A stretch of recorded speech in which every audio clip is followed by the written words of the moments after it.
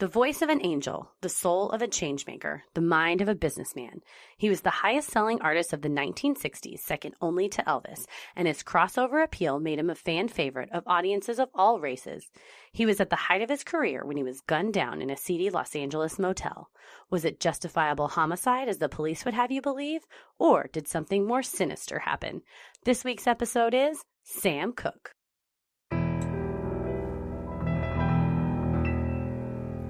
A bump in the night, your heart fills with dread. Probably a murderer who wants you dead. It could be a ghost, a demon, or worse. Perhaps you're the victim of a witch's curse. It's hopeless, you're doomed. You'd call a priest if you could. You'd rather just listen to Sinisterhood.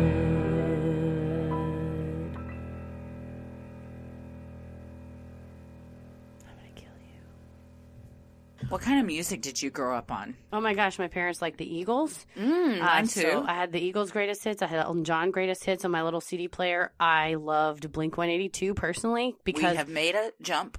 I was going to say my Eagles, sister, Elton John. Now we're into Blink-182. My sister bought the Dookie album by Green Day, which it's a good album. God, it's a good album. It still is a good album. It holds up. Mm-hmm. And then I loved Selena, and to this day I love Selena. Oh my gosh, Tommy and I were at, first of all, an all-vegan Mexican restaurant that is fantastic. What's it called? I believe it's called Los Pelotes. Nice. It's over in Pleasant Grove. It used to be... Oh, I've heard of that place. It used to be a non-vegan restaurant, Mexican restaurant. And then the owner... He had a heart attack. That's right. And so he did all this research and studied at all these places and went around the world to find out how to make really good tasting vegan Mexican food. Well, he succeeded and it was packed and a steady stream of people coming in of all demographics. That's amazing. Yeah, it was really great. But I read an article about it, I think, in the Dallas Observer. Super good. On the TV, the entire time, they were playing Selena. The movie or music videos? Music videos. Oh, yeah. And they did show a clip because at one point J-Lo was on there. Okay. And then it switched over to Shakira. But the Selena songs, they were all covers almost. Did she do a ton of covers? She did a lot of 1970s disco covers when she sang in English, but her Spanish songs were originals. Yes. Her brother wrote them and she helped write them. Most of these were disco songs. I told you that when Selena died, a bunch of kids at my high school had R.I.P. Selena written in shoe polish on their cars. No, I love that though. And I said, was she in our class? Oh, God. Christy. I did not know who she was. Oh, my God. I knew every word to every Selena song. I had all of her records. I was obsessed with her. I asked my mom, fat little Heather wanted a purple crisscross outfit. She was wearing that in the concert footage I saw the other night. My mom determined that was not an appropriate outfit for an 8-year-old. Well, that is, Nancy, I agree. No joke. I remember watching the Selena movie and just weeping, and I was just like, what are these feelings? We got to do Selena. That would be a great one. She was shot by her fan club manager, president of the fan club, right? Yep. Yolanda Saldivar. Yeah. Which, if she ever gets out of jail, will not survive on the main streets of Texas. Honestly, kind of surprised she's surviving in jail. I think she's in solitary. Oh, wow. Well, she claims she didn't do it, by the way, even though she definitely did. Okay, we just did the episode. Case closed. But I do love Selena. Everyone write in with your favorite Selena songs and memories. Oh, she's great. And a life taken way too soon. Speaking of a life taken way too soon, what music did you grow up on, first of all? Was this artist of today? I grew up on at the time they were the oldies. Now, when you listen to the oldies station, it's a bunch of 80s music, and I'm like, oh my gosh, somebody kill me. What's happened? But my dad was a huge fan of the Beatles, the Beach Boys, Eagles, all that kind of stuff. So, yes, I grew up on that. 60s and 70s? 60s, 70s. Also, but I also loved the 80s and 90s music. Yeah. But Sam Cooke, I am a huge fan of Sam Cooke. Well, I feel like before I did the research for this episode, I knew his voice and I knew his music, but I didn't like put the name with those. You know, it's one of those, You Send Me, What a World. You just know that song. It's famous. It's been in a ton of movies. It's a song. You could sing along with it if you heard it on the radio. Exactly. But I think in my mind, A, I did not put the name with the art, and B, I had no idea what happened. Yeah. It's a crazy story. And the more I dug in, the more I did not like it. First of all, on first blush, it sounds like a tragedy. But when you get into it, it is a cover-up by crooked people who took a man down because they had, I'm going to go ahead and say it, they were greedy racists. Yep. And that is what is the theme of today's episode is going to heavily focus on. I'm Christy. I'm Heather. And today we are talking about the death of Sam Cooke. Now, there's a Netflix documentary out right now that I highly recommend. It's very sad. But very sad. Very thorough. It's called Remastered, The Two Killings of Sam Cooke. We both watched it for this, as well as did a lot of other research. But the documentary is fantastic, and it talks a lot about race relations during the time that this was all going on. It is a very heavy documentary, but highly recommend it. So let's get into this. Samuel Cooke was born on January 22nd, 1931, in Clarksdale, Mississippi, to Reverend Charles Cooke, a hardworking Baptist preacher, and Annie Mae Cooke, a hardworking mom of 8 children. To make ends meet, Sam's father, who had no formal education, also worked the fields and cared for the house of a cotton farmer. Sam's great-grandfather had been a slave in Mississippi. Reverend Cooke wanted a better life for his children with more opportunity. So in 1933, they boarded a Greyhound bus and moved to Chicago. I think it's also important that we recognize, first of all, neither of us are experts on race relations, but we did do a ton of research. I did on how the migration of African Americans and Black Americans from the South outward to like Oakland, LA, and to Chicago, up to the Northeast in New York, because they didn't move. Yeah, they moved to have a better life, but largely it was because this was even pre-Jim Crow. At the time, there were lynchings going on. There was extreme violence against Black Americans. There was outrageous behavior by police officers where they would arrest them for nothing, pretty much loitering, alleged loitering or vagrancy, they would say. But really, it was a way to get more Black bodies in prison to then exploit with prison labor, because the 13th Amendment was passed in 1865. It was modern-day slavery. And that's exactly what happened. It says, except for those who are committed of a crime, you cannot imprison someone. So they just figured out a way to say, oh, you're a criminal, and then force them. This is why marijuana started becoming such a big deal. Because they wanted to criminalize it. Yeah, because they wanted to criminalize it, and it was illegal, even though it wasn't that big of a deal, but they said, oh, this is another way for us to get more Black men in prison. Absolutely. Watch 13, speaking of documentaries. Yep. By 6 years old, Sam was already beginning his singing career. His 7 siblings also sang, and together they all performed in their church's group, aptly named the Singing Children. Reverend Cooke was extremely proud of his children and would take them to other local churches for performances. Sam and one of his brothers would earn money singing on street corners. Gospel music became a way of life for Sam, and in 1945, at the age of 14, he and 4 other teens from the Highway Baptist Church formed the quintet, the Highway QCs, with Sam as the lead singer. His voice is just crystal clear. Oh, man. What did I say the other day? It's like a bell on a foggy night. It's beautiful. It just cuts through. It really is so just clear and pristine. Mm-hmm. Sam performed with the Highway QCs until 1951, when he was asked to join the popular gospel group, the Soul Stirrers, one of his biggest musical role models. In addition to being a brilliant singer and songwriter, Sam already had the makings of a savvy entrepreneur and businessman, and successfully facilitated a deal between the Soul Stirrers and Specialty Records. He then recorded his first song, Jesus Gave Me Water. For the next 5 years, Sam performed with the Soul Stirrers to packed churches and screaming girls.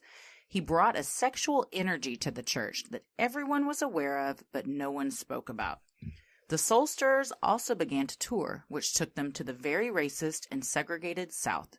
Chicago did not have Jim Crow laws, and Sam was deeply affected by the atrocities and prejudice he experienced in the South. It was during this time that Emmett Till, a 14-year-old black boy from Chicago, was lynched by 2 white men in Mississippi after being accused of whistling at a white woman in a grocery store. A few months later, Rosa Parks refused a bus driver's orders to give up her seat at the front of the bus to a white passenger, which began the Montgomery bus boycott. Emmett Till's murder and Rosa Parks' demands for equality sparked the beginning of the civil rights movement, and Sam Cooke wanted to be in the thick of it. Yeah, I think they talk about in the documentary and then in some of the other research we did that it was a super eye-opening experience for him, that he absolutely rejected the notion that he was a second-class citizen, and especially he was being brought up to perform for these people, that he and his bandmates were being treated horribly off stage, and then especially whenever, that the Emmett Till killing is horrifying and absolutely and was a big spark, a big impetus to start the civil rights movement. And I think something like that was heavily publicized really affected not only him, but I think that and it hit really close to home for Sam too, because he wasn't that much older than Emmett Till at the time of this. He was from Mississippi and was living in Chicago. Emmett Till was from Chicago and was visiting family in Mississippi. So it all just, he wasn't seeing that kind of hatred. He was still seeing hatred and prejudice in Chicago. Yeah. Everyone was seeing it all over the country. But in the South, it was a whole different story. And it was a lot more open, acceptable violence where the police were completely... Oh, in the documentary on Netflix, they have a ton of footage from them touring back then. And there are just KKK standing on the street corner. I mean, in the broad daylight, no one's trying to hide it. Nope. It was accepted. Open. Yep. And also so many of the the musicians that give interviews on this documentary that were touring with him or just were black artists at the time, so many times during it when they're talking about something they experienced, they follow it up with, that's just how it was back then. Yeah. And that's not how it should have been. No, I mean, absolutely not. Was. And I feel like as just a kid that grew up, in the last 30, however old I am, years, 30 years. 18 years. As much as we, quote unquote, cover it in school, not even close to doing justice. They gloss over it completely. And I think that's why it's important to have documentaries like 13th that are readily accessible and super watchable versus, watching something on the History Channel that's a lot drier especially for younger people, because it is important that we see that this was state-sanctioned racism, state-sanctioned hate crimes, pretty much. Oh, yeah. And did you learn about Emmett Till in school? No. Hell no, I didn't either. And every student should know about it, because the more you know about it, we won't repeat that, hopefully. Although, I mean, well, good God. Unfortunately, the things that were happening back then are still happening today. And that's another message that keeps being repeated in the documentary is so many of his songs, the more political ones that were relevant then, the words are still as relevant today, because a lot has changed, a lot has stayed the same. So he's a gospel singer. Yes. But then, at the same time Sam was becoming a civil rights activist, he was outgrowing his gospel roots.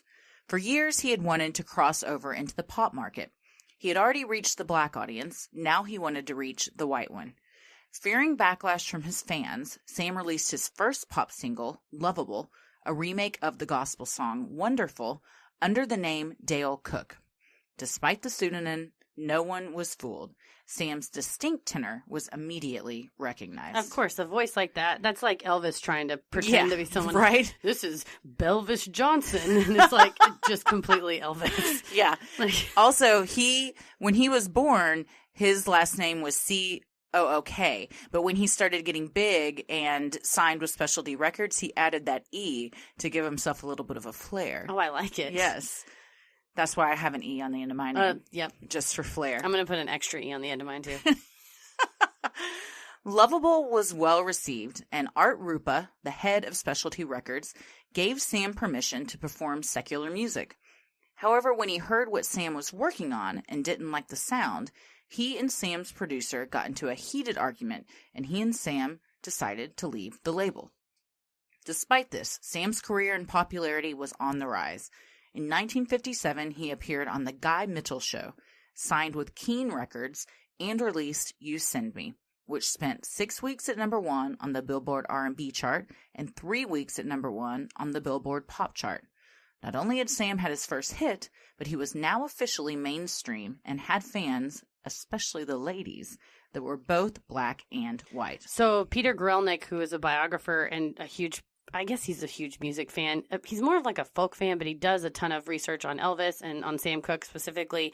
Talked about how in all of Sam's music, he strived to have lyrics, and Sam said this in interviews, he strived to have lyrics that were easily memorizable. So the average person down the street could memorize it, and You Send Me is pretty simplistic as far as lyrics, but that also had a melody that was completely repeatable and that would echo in people's heads. And he said when people were walking down the street, he wanted them to basically have his song stuck in their head. So he was a pop music on the forefront of that easily catchy, memorizable kind of a melody. And then also they talked about how since he did want to cross over into mainstream music versus just being on what they called the Chitlin circuit, which was where you would tour to largely just Black audiences, especially in the segregated South, he wanted to have a more neutral sound, he called it. And basically the background singers on the You Send Me album are made up of male and female white choral singers. So the like, ooh, in the background is what white audiences would subconsciously recognize. And then his voice over it, then they were like, they couldn't get enough. Yeah. And then later on in his career, once he had established himself as an artist, he went back to what he really wanted to do, which was combine the gritty gospel sound with pop music. And that's when he gets like Lou Rawls to come in and sing on the background of some of his other songs. Because Lou Rawls' voice is just like, oh, well, he was also a genius, and his first single was a gospel song with the exact same melody as the gospel song Wonderful, and he just changed the words to Lovable. So it's this subconscious thing, because there was a lot of backlash from gospel fans. If you went secular, they kind of felt a sense of betrayal. Like you turned on him. Exactly. But he was a genius in that, well, this still has a gospel flair. However, the lyrics are poppy, so it kind of appeals to both audiences. And before they kind of realize what's even happened, they're hooked on it. And that's exactly what Derek Thompson talks about in the book Hitmakers. And there's a whole chapter on pop music, and exactly what he did is how you get into that subconscious, because it's the same but different. People want just enough the same. They know the melody, but it's different. The words are different, and he's singing it a little bit differently. So he was, I mean, we can't say it enough on this. Sam Cooke was a super genius. He was referred to, and still is, as the king of soul. Oh, absolutely. He started the whole soul era. Undoubtedly. Well, a few months after the success of You Send Me, he appeared on The Ed Sullivan Show. He also appeared on The Dick Clark Show, despite repeated bomb and death threats from the KKK. 6 months later, he was booked at the prestigious and mostly white club Copacabana in New York City. Do you know how I know Copacabana is a mostly white club? From I Love Lucy? No, I was going to say Barry Manilow sings a song about it, and Barry Manilow is the whitest person that's ever lived. Sorry, Mom, I know you love Barry Manilow, but come on, that guy. Well, Sam knew a successful performance at the Copa could solidify him as the artist he was striving to become. Feeling the pressure, he bombed. He said he hadn't been prepared and decided to go back on the road to get his head straight. So the Dick Clark Show, Dick Clark almost canceled it because there were so many bomb threats, and the KKK, when they found out a black man was going to be singing with white backup singers on the show, they threw a fit. They threw a fit is a mild way to put it. There were death threats, and Sam said, I don't give a fuck. I'm performing. But Dick Clark called in the National Guard to stand guard while he was performing. But still, that shows the kind of artist he was, that was not going to deter him, and he wasn't going to run away in fear. Exactly. And I think representation on TV is super important, and to see the thing that unites us is music. We all love this music. We love this man that's making this music, and it brings us all together. That's what's important, and B, that's what the bitch-ass KKK is scared of. Yes, and on the documentary, several of his colleagues and other musical artists at the time said when he was on the Dick Clark Show, there was maybe 1 or 2 black families in the neighborhood that had a television set. And 40 or 50 of the neighbors would gather around it to watch it. And he said people were just crying because they said, this is one of us. He's on TV. And you didn't see that back then. You did not see another black person on TV back then. Well, and Dick Clark was like the pinnacle. Oh, absolutely. Yeah. Is he still alive? I think he passed away last year because I thought there was a big estate battle. Oh, maybe. I'd have to look into it. Or maybe it was an estate battle. He'd been not doing so great on those rockin' eves. Despite being successful enough at this point to not have to perform shows in the South, Sam continued to in order to keep his finger on the pulse of the civil rights movement. Like many other black artists during this time, Sam and his touring companions encountered nightmarish prejudice. Restaurants wouldn't serve them, so they made and ate sandwiches in their cars. They had to travel hundreds of miles between shows to find motels that would take them, and were forced to wash up in rest stop bathrooms. Oftentimes, they weren't paid for their performances, or were paid in the form of cocaine. That is very rude.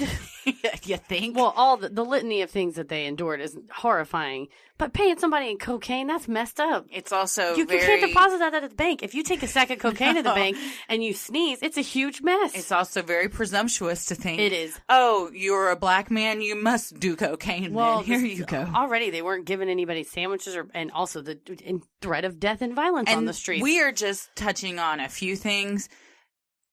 It would be a year-long podcast to go over all of the atrocities that they experienced. Absolutely. And I don't think we're qualified to even talk about it all. Oh, no. Well, and to me, it's bad and it's horrible to treat anyone like this, but it shows the depth and horrors of the racism because he was a huge star. He was a huge celebrity, and they still treated them like worthless. Right. It's horrifying. It was and that was something that he always struggled with was, wait, I'm a superstar. You're booking me at your auditorium to play this concert, but the people that look like me aren't allowed to be there? Yeah. But I'm okay? It didn't make any sense to him, and that's why he constantly fought it.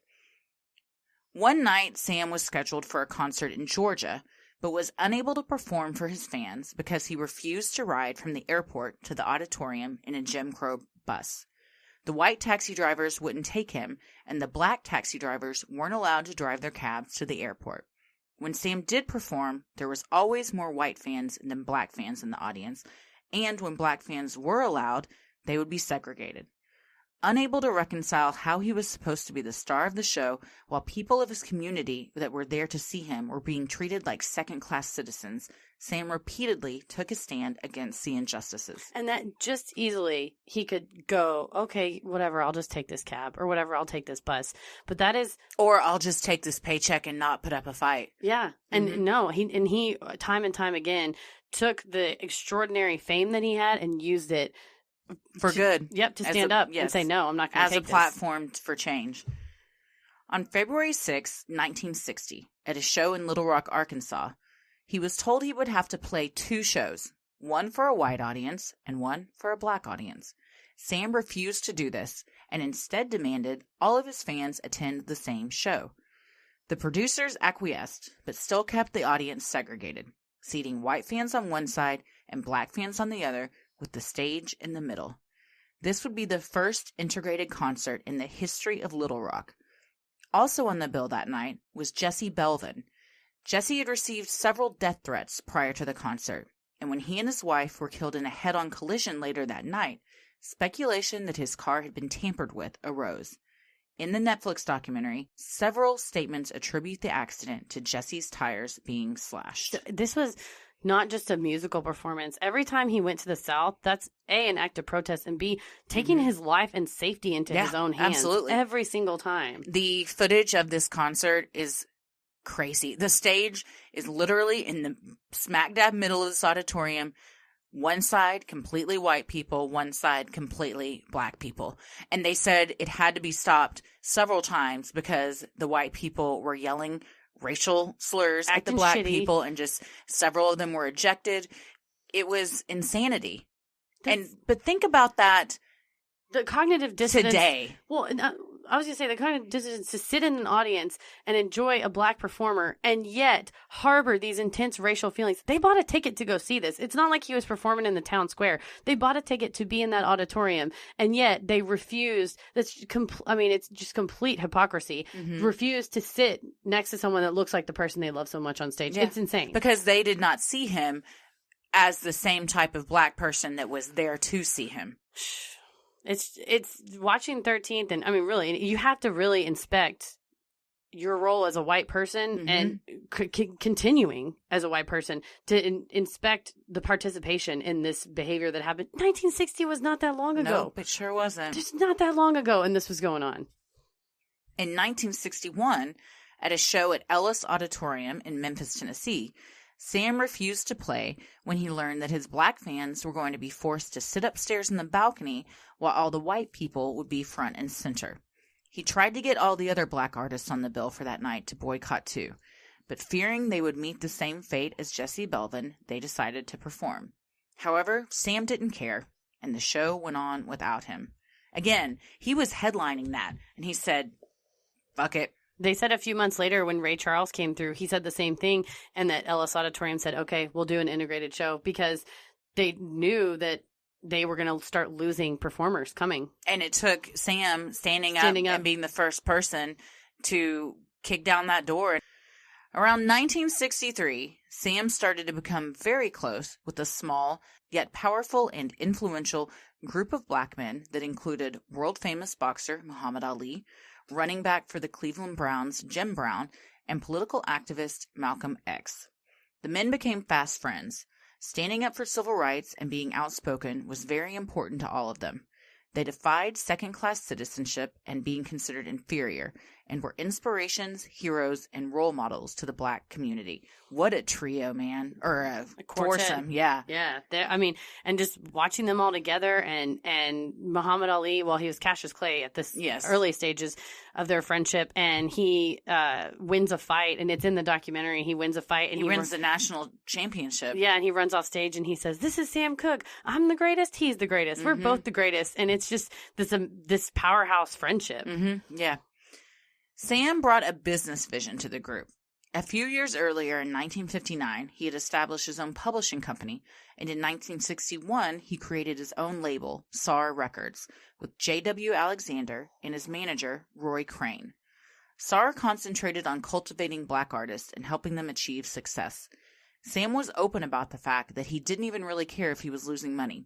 When asked once in an interview what would make him happy, Sam's reply was, if all my friends had hits. Man, isn't that so just touching? Yeah, and because it's so easy to be jealous and bitter and not want others to have fame, or to get to the top. You want to be at the top by and yourself. Keep all your money. Yeah, but no, he used it to try to lift others up, and exactly. I think that was why he got along so well with Malcolm X and Jim Brown and Cassius Clay, Muhammad Ali, because they all were the same way. They got to the upper echelon, to the highest heights, and said, "It's not just for us; it's for all of us." Exactly.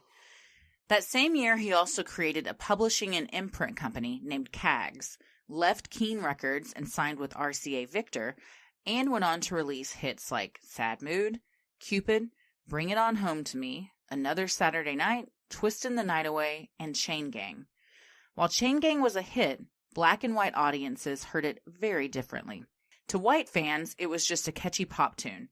But the black community recognized that Sam had written it to bring a song about the prison industrial complex in the 1950s to white America. And that's one of the guys in the documentary said he just would keep his eyes peeled for something that would inspire him, and that they were riding in the South one day with the windows down, and that noise that's in the song, which it's like the rock hitting the hammer of the rock hitting in the chain gang, that's inspired him to bring that song. And just like how he integrated that gospel sound to cross over, this was another brilliant thing where the white people didn't even realize what they were really listening to. They just heard a catchy pop tune. Sam and Muhammad Ali even recorded an album together, which I have not listened to, but I've got to find this. Oh, definitely. Under the SAR label. Their friendship disturbed perceptions of what black masculinity was, and many began to look at this group as a threat to white America. Ali and Malcolm X were already under surveillance by the FBI for their ties to the Muslim community, and Sam's name was coming up in federal documents as, quote, a Negro recording star spending a lot of time with Muslims. And this was probably J. Edgar Hoover and the FBI's greatest fear, because there was a lot of tension, racial tension, especially in the South at the time. And it was also for them a loss of control of creating basically the way that they created the prison industrial complex and created free labor because you have to replace that economic loss whenever you outlaw slavery.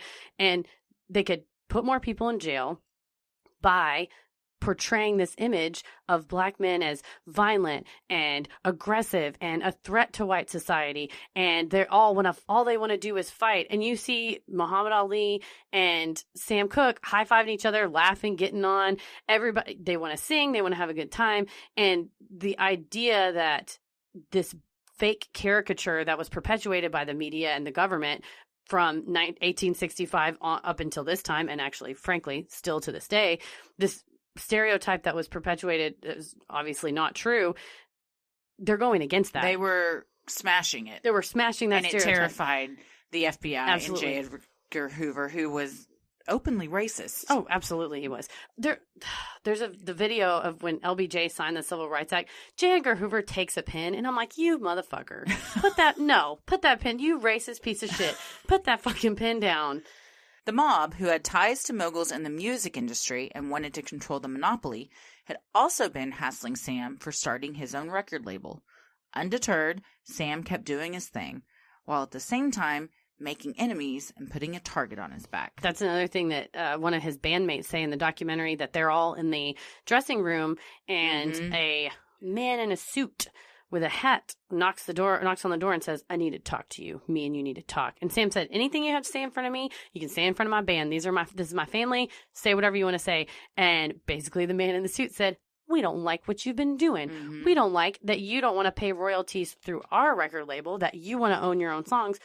We're not okay with this. If you want to get on the radio, you have to go through us. If you want to make a record, you have to go through us. If you want to publish or print something, you have to go through us. And Sam said, get the fuck out of here. And his bandmates said, no, you need to listen to them. This isn't safe. And he still said, I don't. He's like, I don't have to listen to them. I'll do whatever I want. Yeah.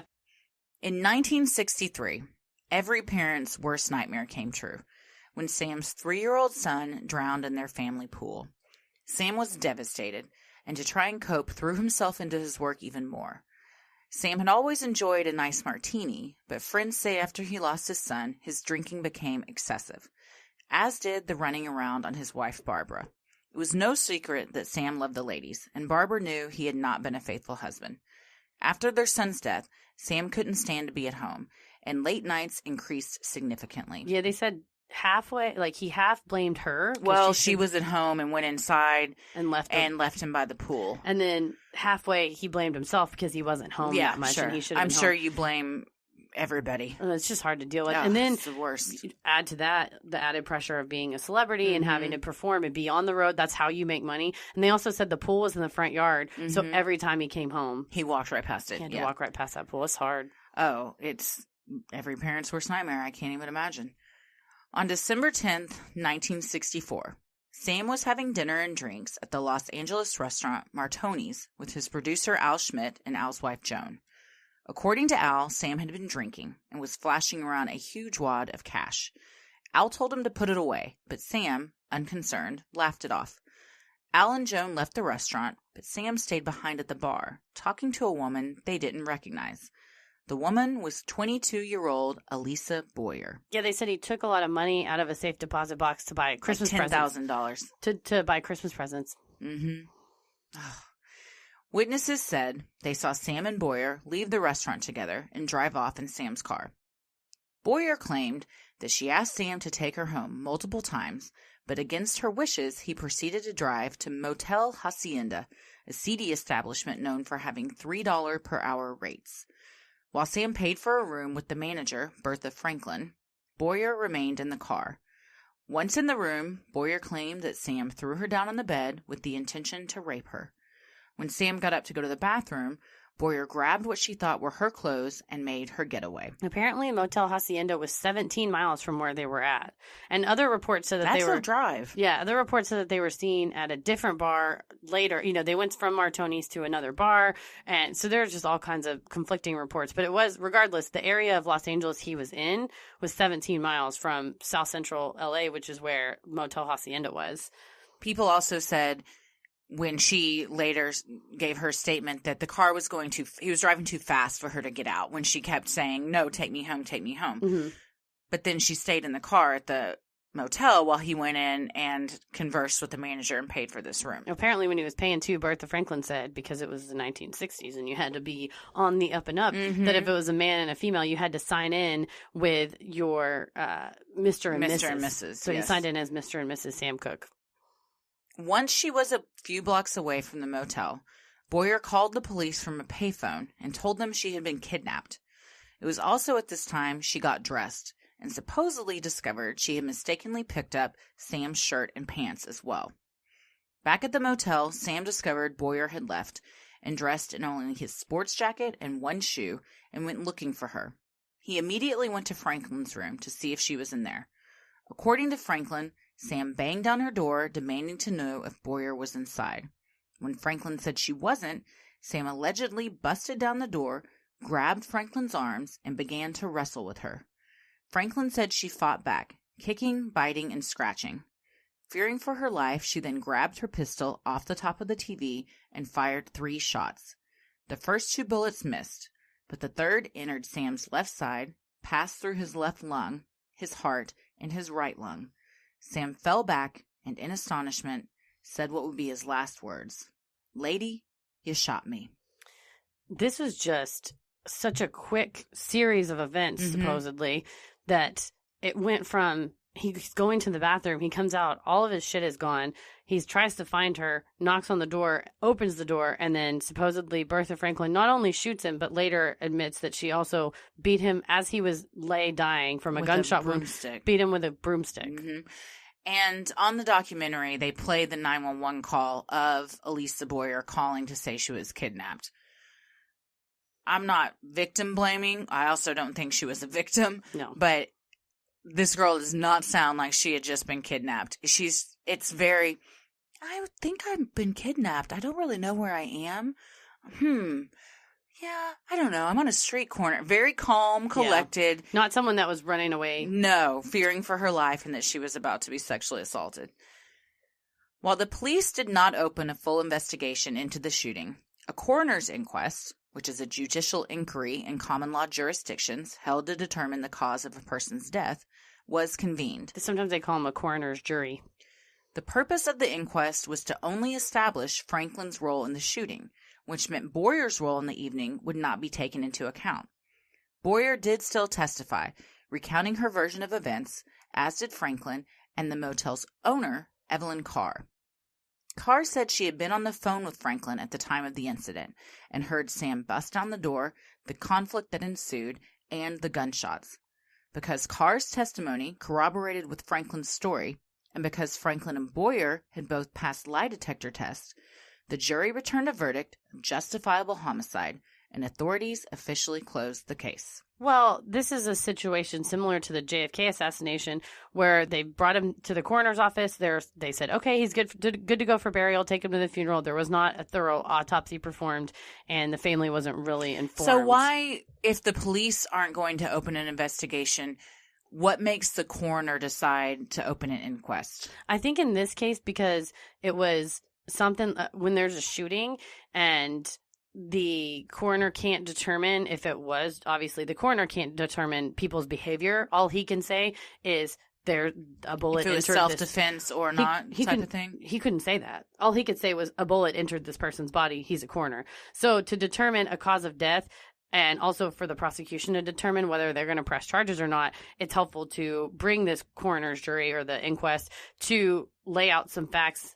And ideally, there would be a chance for perhaps another attorney to ask questions. In this case, Sam Cooke's attorney did not really get to ask very many questions and was sort of hushed by the prosecutor and hushed by the judge, who very quickly wanted to close this case. They also said that when the police showed up, they did not know that it was Sam Cooke at the time, that it wasn't until a journalist went to the motel the next morning, read the registry, and saw it was he had signed in as Mr. and Mrs. Sam Cooke, that, of course, it became this, like, media frenzy. Mm-hmm. So then, of course, the inquest was a media frenzy, and that's why there's footage of their testimony, which is on the Sam Cooke documentary on Netflix. And when Al Schmidt and his wife heard about it, they immediately went down to the police station, and Joan on the documentary says that the phones were ringing off the hook. They were getting a ton of calls, and the chief of police just said, what's the big deal? God. And she goes, I'll tell you what the deal is. It's fucking Sam Cooke. And he goes, who's that? But to them, even regardless, it was not a person. No, it was just like, this isn't a big deal. This happens all the time. Also, the LAPD back then, arguably still extremely racist. They've not had a good track record. No. Perhaps they've been trying harder in recent years, but I sure there's hope. the whole LA riot situation that we cover in the OJ episode, so they don't have a great track record. And especially the Watts riots happened not shortly after this. True. And the police officers at the time, when they were called to this motel, because it was a hotbed of kind of criminal activity, they were, like you said, just another, it happens all the time. Probably wasn't even the first one they'd seen that night. Yeah, there's probably a lot. I mean, there's a lot of crime going on in that area. It's just kind of well known as being kind of a hotbed. Sam's friends and family weren't the only ones that knew the official explanation given by the authorities as to what happened that fateful night was a total lie. Peter Goralnik, Cooke's biographer, had said that in the black community, quote, there is not a single person that believes that Sam Cooke died, as he is said to have died, killed by a motel owner at a cheap motel. So if that isn't what really happened, what did? I first of all I don't buy the official story. Oh, I do not either. I think most people don't buy the official story. So some theories as to what might have happened. Many believe that Franklin and Boyer had been working together that night to rob Sam, and that this was not the first time they had run this operation. A few months after Sam's murder, Boyer was arrested on charges of prostitution. Franklin was also known to be an ex-madam. It seems very plausible that Boyer sought Sam out at Martoni's after seeing him flash his money around, went back to the motel where she already knew Franklin, and signaled to her that the John she was with had a large amount of money on him. Some, including Ike Turner, believe that Sam was ambushed when he walked into the motel room and knocked unconscious. Boyer and Franklin then took his clothes and money. When Sam came to, he went looking and found both of them in Franklin's room with his belongings. A conflict most likely did ensue, and Franklin shot and killed him. She then had Boyer go to the payphone and call the police, saying she had been kidnapped. Yeah, and that's pretty much what people in the music industry think. Not all of them. It's kind of split 50-50 between this and like a robbery gone wrong, and then our next theory that we'll get into. But that was one of the theories, like you said, that Ike Turner and some other LAPD officers actually told a reporter in an article we read that he kind of knew Boyer a little bit, and that when other people had reported that they had seen him with all that money, that Bertha Franklin sent her to go and scoop him up from this. They probably ran this bar scam quite a bit. Elisa Boyer was later arrested for doing the same thing to others, where she got a long rap sheet after this incident. She had kind of a reputation, and they called it being a role artist. So where you would pose as a sex worker, you would lure a John to the motel, and then the minute they step out of the room, or when they fall asleep after the sexual act, then you would rob him, take their money, and then you would also take their clothes, because they would be less inclined to like run after you. Right. Which is exactly what happened on Seinfeld with George Costanza when he got handcuffed to the bed. But Elisa Boyer was later found guilty of second-degree murder, right? Yeah, of her ex-boyfriend. Yep, she's still in jail, 25 to life. It was also rumored that Franklin had ties to the mob, and it was no secret the mob was not happy with Sam for going against their wishes and creating his own label. Some believe that music moguls with mafia ties had Sam killed because of his emergence as an outspoken advocate for black musicians' rights.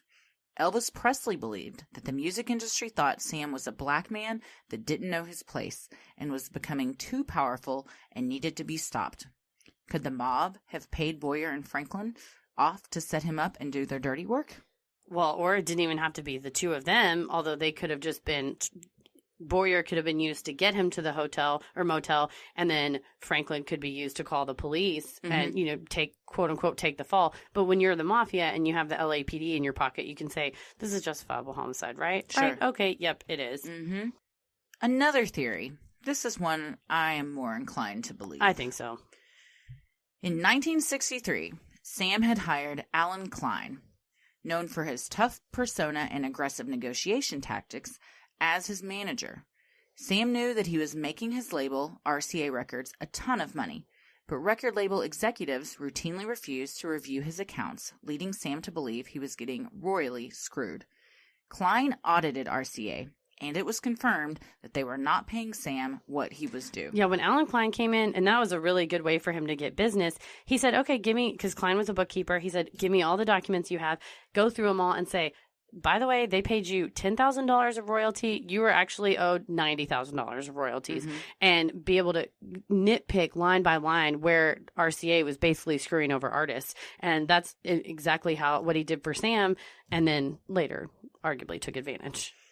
Klein persuaded RCA to renegotiate Sam's contract, and in doing so, secured a truly groundbreaking deal. On behalf of Sam, Klein created Tracy Limited, named after Sam's daughter, a holding company that would manufacture Sam's recordings and give exclusive rights to RCA to sell them for 30 years. Once the 30 years was up, all the rights would revert to Tracy Limited. In addition, Sam would receive a cash advance of $100,000 per year for 3 years, followed by $75,000 for each of the 2 option years. This was a very good deal on the surface. It was a very good deal on the surface, yes. And Klein was known for doing this. Later, Alan Klein was a huge mogul in the industry. He arguably broke up the Beatles. Yeah. And represented Rolling Stones. Royally screwed over the Rolling Stones and was in litigation with both those bands for years because this was what he was known to do. He would go through and on the surface make it look like he was getting them a ton of money and he had their backs. He would gain their trust and kind of groom them. And so then when he was writing all these deals out and screwing them and changing language, they didn't even think to really go through and look at the contracts because they trusted him. Correct. The first year, Sam was paid in Tracy stock instead of cash, which was to be taxed when he sold it. This deal was not only extremely lucrative for Sam, but also for Klein. Unbeknownst to Sam, Klein had changed the paperwork, listing himself as the owner of Tracy Limited and Sam as his employee. This meant that Klein now owned all the rights to Sam's recordings, which he felt he was entitled to because in his eyes, he was the one that had made him a success. Oh, absolutely. I mean, that's insane that you would create he's not a lawyer, but just business ethics. You would create an organization ostensibly to benefit your client and make yourself the 100%. That's literally stealing. That's self-dealing. Oh, You're not allowed to do Yeah. that. And honestly, Klein is one of the most widely mistrusted figures in the music industry. I mean, because of, like you said, not only his behavior with Sam Cooke, who did this shenanigans less than a year before Sam turned up dead, but then did it to other bands as well. Sam didn't have a will, which meant when he died, all of his royalties would go to the Tracy Corporation, and in turn would go straight to Klein.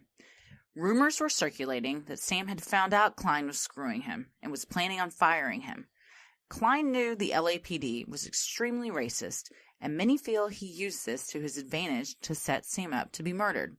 There are those that believe Klein hired Elisa Boyer, who in addition to being a sex worker, was also an LAPD informant, to lure Sam back to the motel. Once they arrived, Klein had mob guys and off-duty police waiting in the room to ambush Sam. The assailants then staged the scene by undressing Sam and having Franklin hit his lifeless corpse with a broom to make it look like self-defense.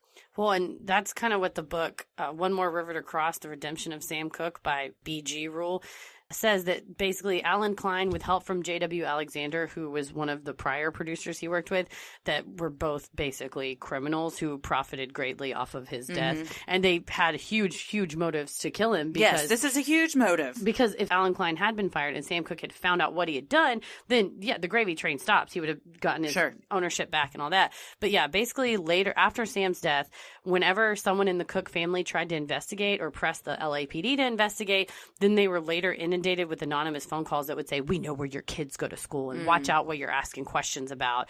And there's also an interview in the book with a fire captain who was on the LA Fire Department at the time who saw Sam's body and reported that he had all kinds of, that he looked like he had, quote, been given a going over with a baseball bat. Which is exactly what the mafia, as we learned in St. Valentine's Day, would do. Yep. Well, not only the fire chief said that, but before Sam's funeral, acclaimed soul singer and friend, Etta James, viewed his body and said that the injuries she saw were inconsistent with the official story. She claims he was so badly beaten that his head was nearly decapitated from his shoulders. Both of his hands were broken and crushed, his nose was smashed, and he had a 2-inch bump on his head. These injuries were never explained, and some found it hard to believe that Bertha Franklin, a 55-year-old woman, could inflict these types of injuries. However, it is not hard to believe that the mob could do this kind of damage. That's true. So, I mean, I think what you have to look in a crime like this, who had the motive, who had the means, who had the opportunity. And I think they all had all three of those things, just some are stronger than others. Yeah, and for Elisa Boyer and Bertha Franklin, if they stole $5,000 or $10,000 off of him or whatever he had on him, that's pretty good motivation. But Alan Klein made over $100 million from all of Sam Cooke's royalties. Also, when just let's think about that. This man didn't do shit. I mean, yeah, he was in the background. He was the producer, or not the producer, but he got him some good deals. But he was not the one singing the music. And Sam Cooke's family got a little bit of a settlement once he passed away. But the person who profited, whose basically entire empire was built off the back of Sam Cooke, was Alan Klein. Also, Bertha Franklin sued Cooke's family for mental anguish after what happened and won $30,000. Yep, they settled with her. And she moved to Detroit. She killed him. And then she sues his family, the person's family that she murdered, because she was getting so many death threats, so she had to quit her job. Yeah. God. While Sam Cooke's life was cut tragically short, he was extremely successful in both the music industry and the civil rights movement while he was alive, and continues to be even in death. A year after his death, his record label released the single, A Change Is Gonna Come, arguably the most political song he ever wrote, in response to Bob Dylan's Blowin' in the Wind. They released it as a single after he passed away because he wrote it and it was on a record earlier that year. And the one time he performed it live was on the Tonight Show with Johnny Carson.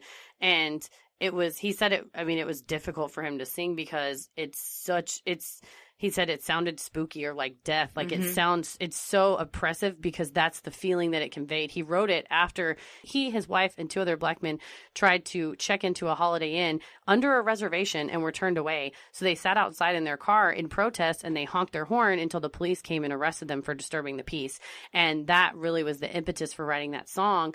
And he performed it February 7th, 1964 on The Tonight Show.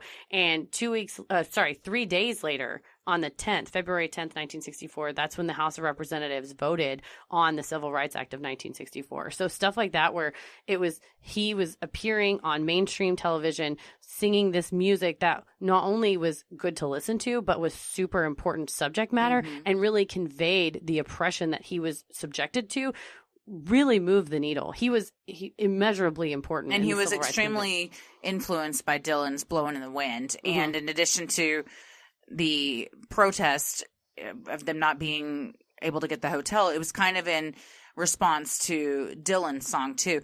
He would also sing Blowin' in the Wind at his own concerts, but he would speed up the tempo and make it sound more poppy. And again, the audience didn't really realize what he was doing, that he was singing a political anthem because he was remaking it in a way that was digestible to them. Yep. Again, getting into their heads in a way that they didn't realize what he was doing. And it's so much more effective, I think. Absolutely. In 1986, Sam was inducted into the Rock and Roll Hall of Fame and into the Songwriters Hall of Fame in 1987. He received a star on the Hollywood Walk of Fame in 1994 and was presented the Grammy Lifetime Achievement Award in 1999. In 2004, Rolling Stone ranked him 16th on its list of the 100 greatest artists of all time, and named him the 4th greatest singer of all time in 2008. In 2016, the Smithsonian's Museum of African American History and Culture opened, and on the wall of the Contemplative Court, which is a space for reflection, is the quote, "A change is gonna come." So all these years later, he's still making an impact with his music. And all these years later, the lyrics to that song are just as relevant today as they were back then. Oh, absolutely. It's a very powerful and beautiful song. It really is. Everyone go listen to it right now. So what do we think? I think that he was set up by Alan Klein and or other music mogul industry. I was going to say mafiosos in the music industry. And, I mean, even like Sammy Davis Jr. would call him and say, hey, man, you're kind of making these guys mad. Yeah, you should knock it off. Not loving what you're doing. Dial it down. And he said, no, I'm going to do what I'm going to do. Right. And you should too. And so I think that's what happened is that they considered him a threat and they wanted to neutralize the threat. And the ones that profited the most would be J.W. Alexander and Alan Klein. Yeah, definitely. I agree. I think that Boyer was in on it and Franklin were in. I think all of the people involved were willing participants and in on it. How much they knew, I don't know. I don't even think it matters. But I think that they all had a role that they played in it. And they were both paid off by Klein.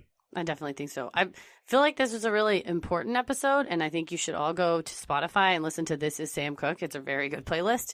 Also, the Live at Harlem Square album is fantastic, and it wasn't even released until the mid-'80s. Wow. Because it was considered to be too gritty and too much for the black audience, and RCA didn't want to release it. Audience? Too much, like, for them. Oh. Like, it was white enough. Oh. Yeah.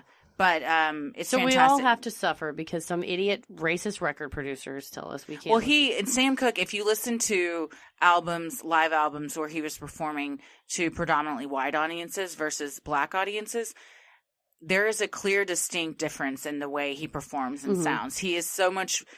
He just sounds freer and grittier and more vulnerable when he's performing to a black audience. And the Live at Harlem Square one is, and it is amazing. Well, I will have to listen to that. And I recommend everybody watch the Netflix documentary. Oh, yeah, for sure. Fantastic. Today's episode is brought to you by Shop Fiercely. Shop Fiercely brings you ethically made feminist apparel and gifts. They're sweatshop free and everything is designed by a woman. They put body positivity into practice by charging the same price for all styles from extra small to 5X.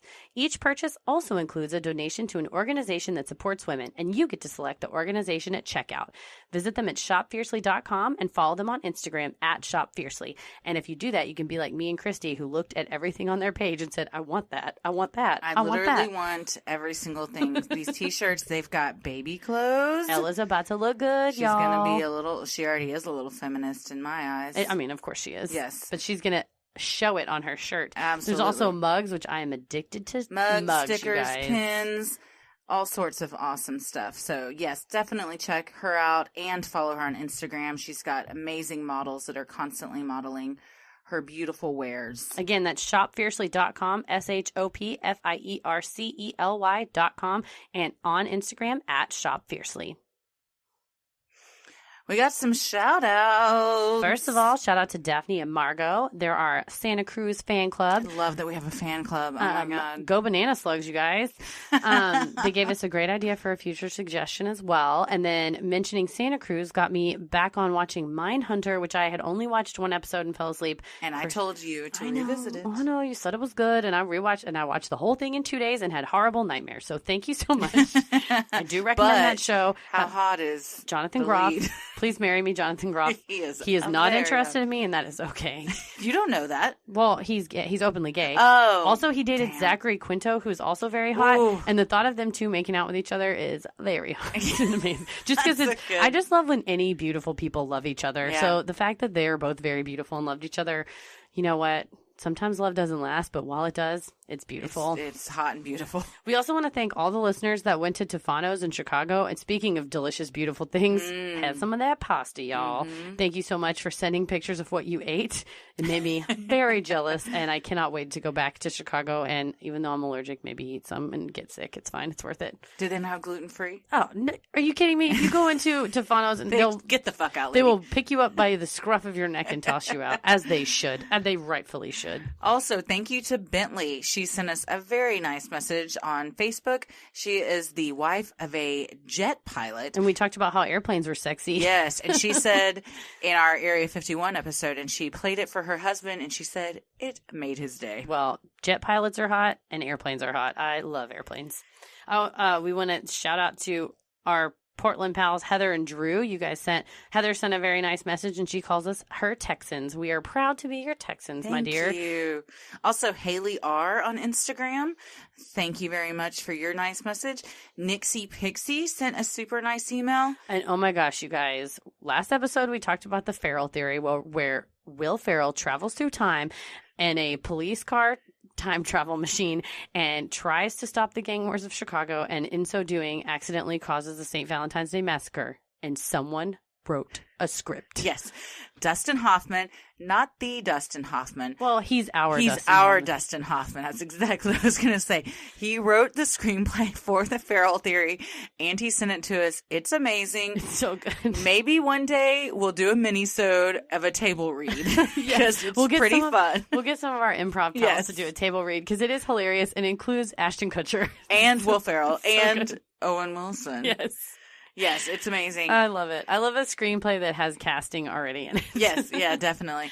We have some upcoming shows. We have some improv shows with our troupe, The Cult, on March 16th at 7:30 and on March 23rd at 10:30. Both of those will be at Dallas Comedy House. We also have a couple shows during the Dallas Comedy Festival. Tickets will go on sale March 1st for our live podcast recording on March 30th at 6 p.m. And the same night on March 30th at 9 p.m. You can also catch The Cult, a little double header if you want to come on down to the Dallas Comedy Festival. They'll be on DallasComedyFestival.com for tickets. It'll be $12 in advance, $18 at the door, and they go on sale March 1st. We will post a link for your convenience. Yes, absolutely. The best thing you can do to help us grow is like, review, and subscribe on iTunes or wherever you listen to your podcast.